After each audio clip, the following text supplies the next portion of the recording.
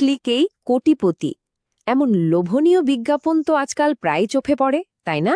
আচ্ছা চলুন তো আজ এই লোভের আড়ালে থাকা সাংঘাতিক ফাঁদটাকে একটু কাটাছেঁড়া করে দেখি। ভাবছেন এটা শুধুই একটা বিজ্ঞাপনের চমক? একদমই না। এই কথাটা কিন্তু আক্ষরিক অর্থেই সত্যি। চলুন আরেকটু গভীরে গিয়ে দেখি এই অ্যাপগুলোর পেছনে আসল খেলাটা কি, আর কেন এটা জানাটা আমাদের সবার জন্য এতখানি জরুরি। তো এই ফাঁদটা ঠিক কিভাবে কাজ করে এটা সবচেয়ে ভালো বোঝা যাবে একটা গল্পের মাধ্যমে। চলুন আমরা মফিজের গল্পটা শুনি। মফিজের মতো চরিত্ররাই কিন্তু এই অ্যাপগুলোর আসল টার্গেট, মানে যারা বুদ্ধিমান, উচ্চাকাঙ্ক্ষী। এই যে স্ক্রিনে যাকে দেখা যাচ্ছে এই হলো মফিজ। আর প্রথমেই বলে রাখি, মফিজ কিন্তু কোনো বোকাশোকা ছেলে না, একদমই না। সে বেশ বুদ্ধিমান, টেকনোলজি ভালো বোঝে, এমনকি স্টক মার্কেট, ক্রিপ্টোকারেন্সি এইসব জটিল দুনিয়ার খোঁজ খবরও রাখে। কিন্তু ওর একটা সমস্যা আছে, ও শর্টকাটে ধনী হতে চায়।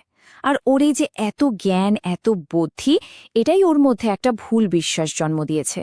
ও ভাবে ও সিস্টেমের চেয়েও স্মার্ট, ও সিস্টেমকে হারিয়ে দিতে পারবে। আর ঠিক এই আত্মবিশ্বাসটাই হলো সবচেয়ে বড় দুর্বলতা, যেটাকে কাজে লাগানোর জন্যই কিন্তু এই অ্যাপগুলো বানানো হয়েছে। তো যা হওয়ার তাই হলো। একটা ঝা চকচকে বিজ্ঞাপন দেখে মফিজ অ্যাপটা ডাউনলোড করে ফেলল। কিন্তু জ্যাসা কি বললাম, ও তো স্মার্ট, তাই হুট করে বড় কোনো ঝুঁকি নিল না। ও ঠিক করল আগে অল্প কিছু টাকা দিয়ে সিস্টেমটা একটু পরীক্ষা করে দেখা যাক। ও মাত্র ৫০০ টাকা জমা দিল, আর ঠিক তখনই ফাঁদটা কাজ করা শুরু করল।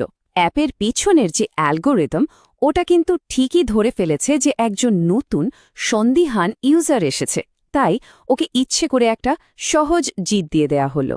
ব্যাস, চোখের পলকে ৫০০ টাকা হয়ে গেল ১৫০০ টাকা। আর এই প্রথম সাজানো জয়টায় মফিজের মাথায় একটা জিনিস ঢুকে দিল, কন্ট্রোল। ওর মনে হলো, আরে আমি তো এর প্যাটার্নটা ধরে ফেলেছি, এটা তো পুরোটাই একটা গেম, একটা কোড, আর আমি সেই কোডটা বুঝে গেছি। কিন্তু আসলে পুরোটাই ছিল একটা ভ্রম, একটা মায়া। কিন্তু সত্যিটা হলো মফিজ কোনো প্যাটার্ন খুঁজে পায়নি। ও আসলে পা দিয়েছে একটা খুব পরিচিত মনস্তাত্ত্বিক ফাঁদে। এটার একটা গালভরে নাম আছে ভেরিয়েবল রেশিও রিইনফোর্সমেন্ট। মানেটা খুব সহজ। পুরস্কারটা কখন আসবে, কতবার চেষ্টার পর আসবে তার কোনো ঠিক নেই। আর এই অনিশ্চয়তাটাই আমাদের ব্রেইনকে একেবারে পাগল করে দেয়, বারবার চেষ্টা করার জন্য আসক্ত করে তোলে। ঠিক যেমন একটা ইঁদুরকে পনিরের লোভ দেখিয়ে ফাঁদে ফেলা হয়, ব্যাপারটা সেরকমই। আচ্ছা, তাহলে যখন কেউ ওই স্পিন বাটনে ক্লিক করে তখন পর্দার আড়ালে ঠিক কি চলে? এটা কি শুধুই ভাগ্য? না, একদমই না। সাধারণত একজন প্লেয়ার ভাবে এটা লটারির মতো একটা ভাগ্যের খেলা। চাকাটা ঘুরছে, আর যা ঘটবে র্যান্ডমলি ঘটবে। কিন্তু অ্যাপের ভেতরের সত্যিটা হলো ফলাফলটা আগে থেকেই ঠিক করা থাকে একটা অ্যালগোরিদম দিয়ে, যেটাকে বলা হয় আরটিপি বা রিটার্ন টু প্লেয়ার। ওই যে চাকাটা ঘোরে, ওটা স্ট্রেফ একটা অ্যানিমেশন, একটা নাটক। বাটন চাপার আগেই সার্ভার কিন্তু ঠিক করে ফেলেছে যে আপনি জিতবেন নাকি হারবেন। মানে এখানে র্যান্ডম বলে কিচ্ছু নেই। শুধু তাই না, অ্যাপটা আরেকটা ভয়ানক খেলা খেলে, এটাকে বলে নিয়ার মিস এফেক্ট।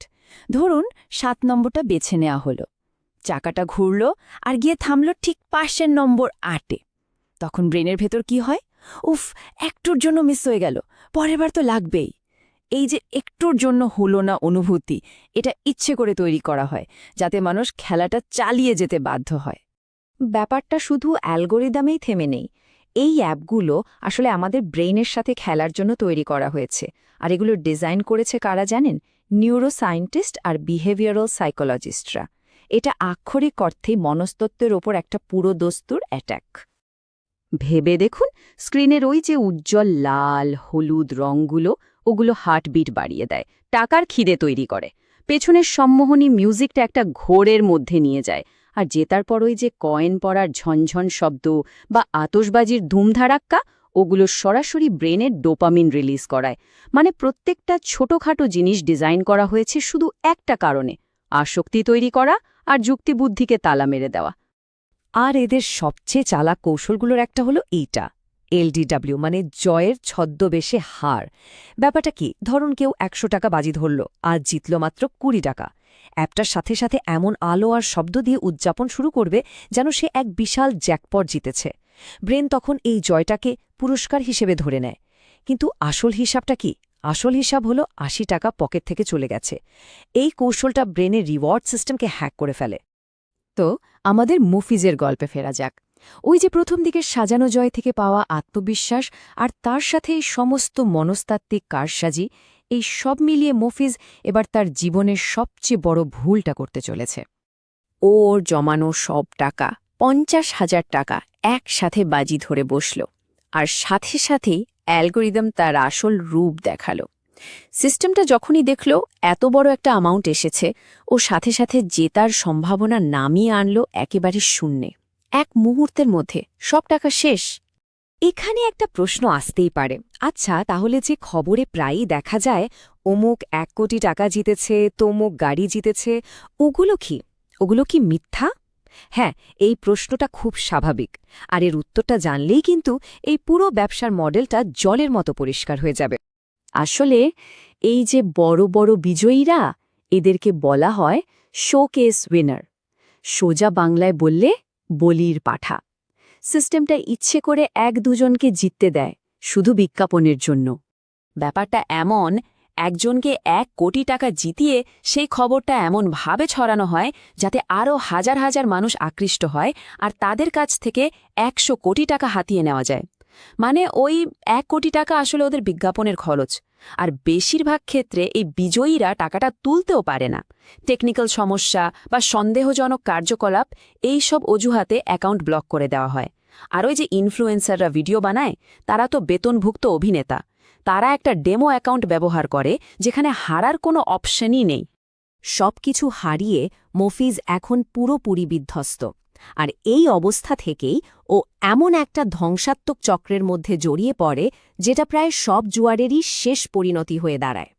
ওর মাথায় তখন একটাই চিন্তা, যা হারিয়েছি শুধু সেই আসল টাকাটা ফেরত পেলেই হবে।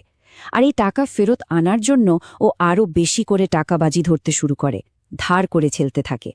এই মরিয়া অযৌক্তিক অবস্থাকেই বলা হয় চেজিং দ্য লস। কিন্তু অঙ্কের হিসাবে এই চেষ্টা সবসময় ব্যর্থ হতে বাধ্য। এটা আসলে কেবল আরও গভীর গর্ত খোঁড়ার শামিল। আর এর ফলাফল সাংঘাতিক।